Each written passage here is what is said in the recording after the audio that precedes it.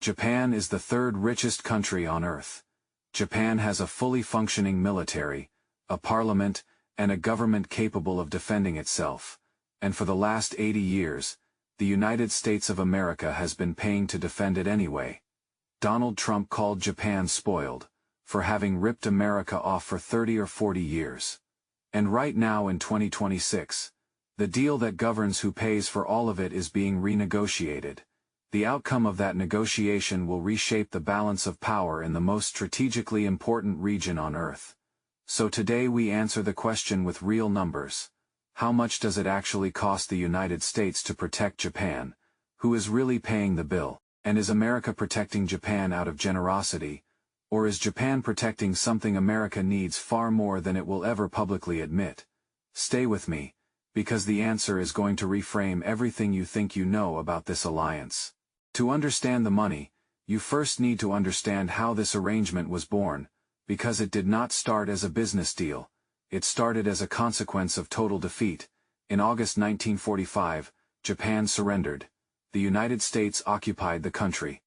American officials wrote Japan's new constitution, a document that explicitly prohibited Japan from maintaining offensive military forces. Japan was legally disarmed, by America, on purpose. Then in 1960, both governments signed the Treaty of Mutual Cooperation and Security. The deal looked simple on paper. Japan provides the land and the bases. America provides the firepower and the nuclear umbrella. Japan pays a portion of the running costs.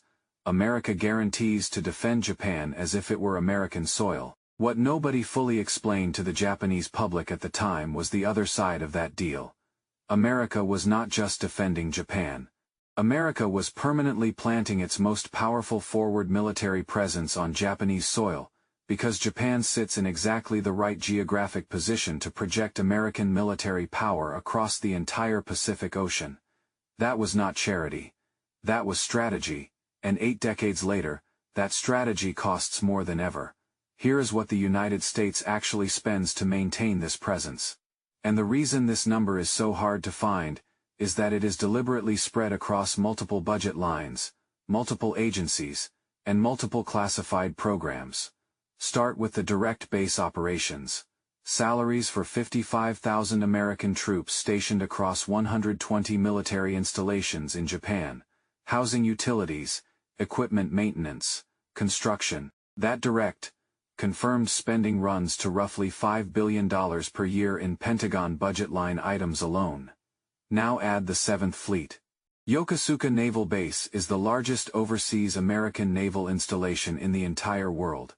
It serves as headquarters for the U.S. 7th Fleet, currently the largest forward, deployed American fleet, with 60 to 70 warships, 300 aircraft, and 40,000 Navy and Marine Corps personnel. Operating a carrier strike group costs approximately $6.5 million per day. That carrier does not rotate home. It is permanently stationed in Japan, every single day of every single year. Add Kadena Air Base in Okinawa, home to F-35 stealth fighters and the most strategically positioned Air Force installation in the Western Pacific. Add the Marine Corps Rapid Reaction Forces designed to reach Taiwan within hours of a Chinese military move. Add the electronic surveillance aircraft, flying daily missions from Misawa Air Base, monitoring Chinese and North Korean military communications around the clock. When you combine base operations, fleet costs, air assets, intelligence infrastructure, and the full personnel costs of 55,000 American troops, independent defense analysts put the real annual bill at between $8 and $10 billion per year, every single year for 80 years. Multiply that out and you are looking at roughly $640 billion over the lifetime of this alliance. Now here is the part of this story that almost never gets told in American media. Japan pays a significant portion of that bill itself. The arrangement is called the Special Measures Agreement. Inside Japanese politics, it was once informally called the sympathy budget, the idea being that Japan was voluntarily helping cover costs it was not legally required to pay. Japan approved a new $8.6 billion 5-year host, nation support package covering labor costs, utilities, training facilities and base construction running through 2027. A 2004 Pentagon report calculated that Japan covers nearly 75% of the total cost of stationing American troops on its soil. That is more than any other American ally anywhere in the world. The payments include the salaries of 24,000 Japanese civilian workers employed on American bases, the utility bills for American military housing, and yes, the operating costs of American bowling alleys and golf courses on base.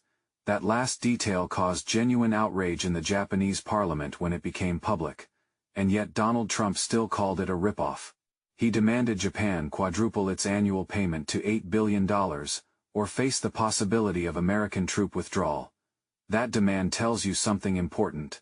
Not about Japan's generosity, about how much America actually needs to stay. Here is the strategic reality that Washington almost never states plainly in public. The bases in Japan are not a favor extended to a wealthy ally.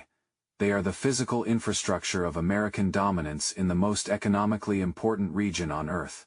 Remove them and the entire American strategic position in the Pacific collapses. Without Yokosuka, the United States Navy has no permanently forward-deployed aircraft carrier in the Western Pacific. The nearest alternative homeport would be Pearl Harbor, Hawaii, adding 5 to 7 days of sailing time to reach a Taiwan Strait crisis. In a military emergency, those days are not a logistical inconvenience. They are the difference between deterrence and disaster. Without Kadena Air Base in Okinawa, American F-35s cannot reach Taiwan in a crisis. Without the Marine forces at Camp Hansen, there is no rapid ground reaction capability anywhere near the Taiwan Strait. Without Misawa Air Base in northern Japan, the surveillance network covering China and North Korea goes partially dark. A former senior American diplomat made this point directly. If the United States moved its armed forces out of Japan back to the American mainland, it would actually cost the American taxpayer more money. Washington would need to pick up costs currently paid by Japan, including the salaries of 24,000 civilian base workers, and the full utility costs for military housing. America is not in Japan to protect Japan. America is using Japan as the irreplaceable platform from which it projects military power across the most strategically critical ocean on Earth. Japan is not the beneficiary of this deal. Japan is the location, and there is no replacement location. Now we need to talk about the part of this story that creates the most tension, not between Washington and Tokyo, but between Tokyo and its own people. Okinawa is a chain of subtropical islands at the southwestern tip of Japan. It makes up less than 1% of Japan's total land area, and it hosts more than 70% of all American military facilities in the entire country. Read that again. 1% of the land, 70% of the foreign military footprint, for 80 consecutive years. The communities surrounding these bases have lived with constant aircraft noise, periodic accidents, environmental damage, and the permanent reality of being neighbors to the most powerful foreign military force on Earth.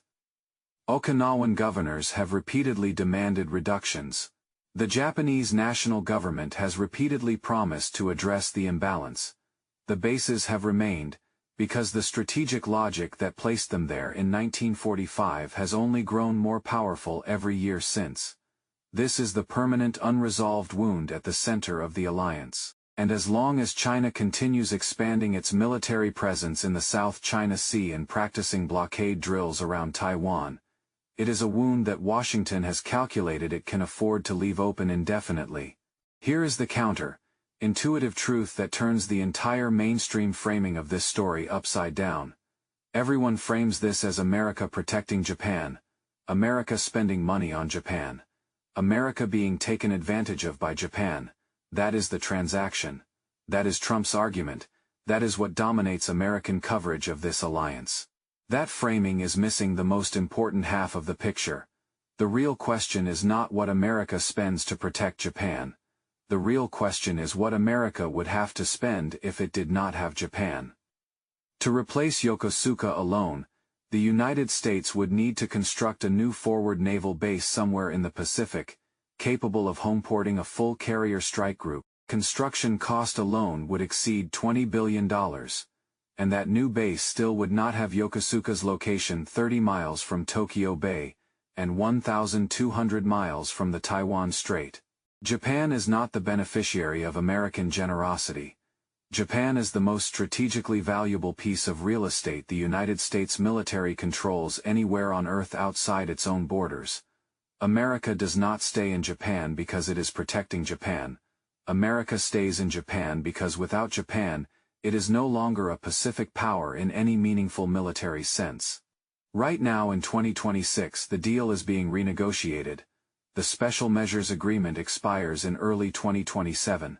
Washington is expected to demand significantly larger contributions from Tokyo. Japan is simultaneously dealing with a weak yen, a shrinking population, and a domestic economy under pressure from American tariffs. And China is watching every single move of this negotiation, because the outcome determines how much American military power remains stationed 800 kilometers from its coastline. 3 ways this ends. Best case, Japan and America reach a genuinely modernized framework. Japan contributes more financially but gains real strategic parity in return. A new joint command structure gives Japan a genuine voice in how American forces on its soil are actually used. The alliance gets rebuilt for the China threat, rather than a 1960 Cold War template. Both sides come out stronger. Worst case, Washington's demands, combined with tariffs, a weak yen, and rising domestic opposition in Japan, push Tokyo toward a historic decision. Japan accelerates its independent military buildup, which is already well underway, and begins seriously exploring whether American troops are still an asset, or have become a liability. China notices immediately. The first island chain defense architecture that has kept Asia stable for 80 years begins to fracture. Most likely, a deal gets done because both sides need it too much to let it fail. Japan pays somewhat more, America claims a win. The structural tensions get papered over for another 5 years. And the same conversation happens again in 2031, with China 5 years more powerful, Japan 5 years more demographically depleted, and America 5 years deeper in debt. Here is what 80 years of this arrangement has actually produced. Japan is peaceful. Japan is prosperous. Japan has not fired a shot in anger since 1945. By almost any measure this is the most successful military alliance in modern history. But the world this alliance was designed for is gone. The Soviet threat that justified it no longer exists. China, which was a poor and internally focused country in 1960, is now the second most powerful nation on Earth, running regular military exercises simulating the blockade of Taiwan. North Korea has nuclear weapons and intercontinental ballistic missiles capable of reaching the American mainland, and the United States is operating a defense budget that just crossed $1 trillion per year while carrying a national debt approaching $40 trillion. Ever since Trump returned to office in 2025, Washington has been treating its alliances as financial arrangements to be renegotiated, rather than strategic partnerships to be sustained.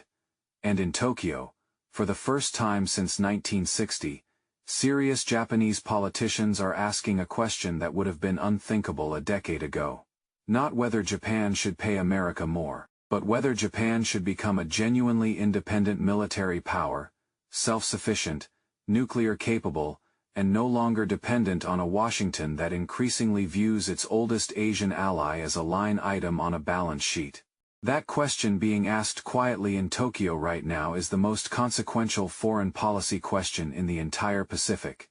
Because if Japan decides the answer is yes, the strategic architecture of Asia changes overnight. Every calculation China has made about Taiwan changes. Every assumption North Korea has made about American intervention changes. Every treaty, every alliance, every deterrence, calculation in the region gets recalculated from scratch. America has spent somewhere between $8 and $10 billion every year for 80 years to maintain a military presence in Japan. Japan has paid approximately 75% of the direct running costs, and is now spending $70 billion per year building its own military on top of that. So here is the question I leave you with. At what point does the most successful military alliance in modern history become so transactional, so stripped of the shared purpose and mutual trust that made it work, that no amount of money can hold it together? Because alliances are not just financial arrangements. They are bets on the future.